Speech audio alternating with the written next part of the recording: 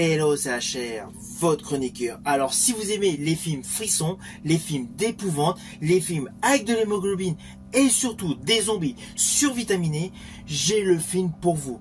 Il s'agit d'un film coréen qui a pour titre Dernier train pour Busan.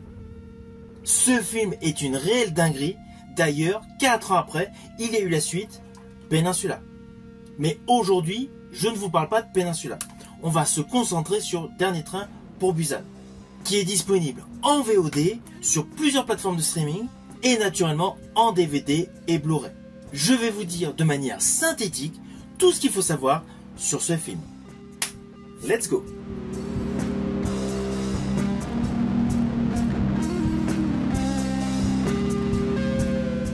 Alors tout d'abord, fiche technique de ce film, c'est un film de la Corée du Sud qui dure approximativement 2 heures.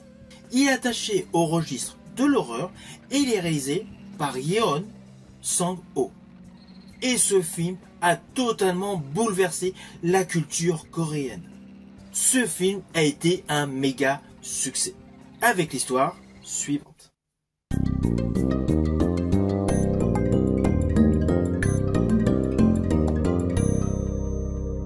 Alors naturellement, je vais vous faire de manière synthétique. Tandis qu'il y a une épidémie de zombies qui se propage à grande vitesse sur tout le territoire de la Corée du Sud, les passagers d'un train à grande vitesse reliant Séoul à Busan tentent tout simplement de survivre. Parmi eux, Seo-ko, un gestionnaire financier obsédé par son travail, voyage avec sa jeune fille pour rendre visite à son ex-femme qui vit à Busan.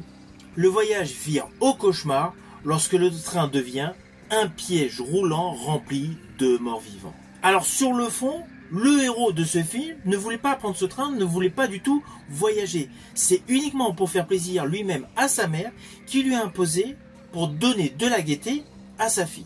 Alors il y a le côté émotionnel père-fille, mais en même temps le côté horrifique de la pandémie qui prend de l'ampleur.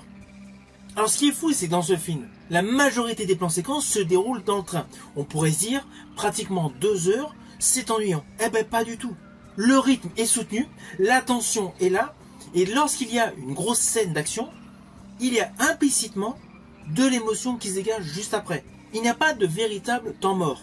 Il y a des retournements de situation avec des agissements de personnages totalement différents, et une sorte d'histoire, telle des satellites, pour plein de personnages devant cohabiter dans ce train bondé de zombies. Car implicitement dans ce train il y a des zombies.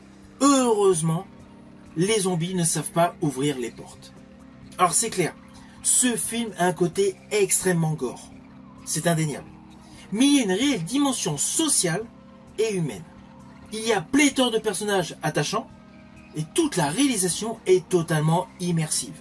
Ça peut être un film d'horreur, on ressent pleinement le côté thriller. Car in fine, on a beau être dans un train à grande vitesse, c'est un huis clos. Donc il y a tout le côté anxiogène des huis clos habituels, pour toute production internationale, mais avec de l'émotion qui apparaît entre des effets gore extrêmement sanglants. Alors perso, j'ai aimé le côté sociétal qui a été mis en exergue dans ce film, avec le problème qui est assez récurrent malheureusement au sein de nos sociétés, c'est l'individualisme. Là dans ce film, c'est parfaitement présenté, avec naturellement le fonds de commerce principal qui est un père qui veut sauver sa fille. Alors pour la petite histoire, sachez que ce film Dernier train pour Busan, outre le fait d'avoir une suite 4 ans après qui a pour titre Peninsula, a un projet international.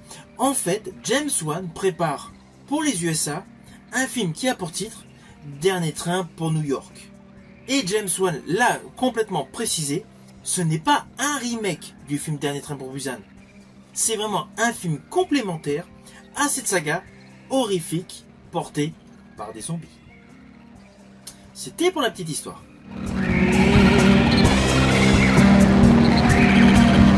Alors au final, naturellement, c'est un film que je vous invite à découvrir. Il vaut vraiment le coup. Tous les effets spéciaux de ce film sont de qualité. Naturellement, je rajouterai que ce film Pour l'apprécier, il faut essentiellement aimer les histoires avec des zombies et un côté très gore. Mais tout le côté humain qui est greffé tout autour de ce concept horrifique apporte une plus-value qui tient en haleine du début jusqu'à la fin. Si vous avez apprécié ma vidéo, n'oubliez pas, petit pouce vers le haut, pensez au partage. Quant à moi, je vous dis à bientôt pour une prochaine vidéo.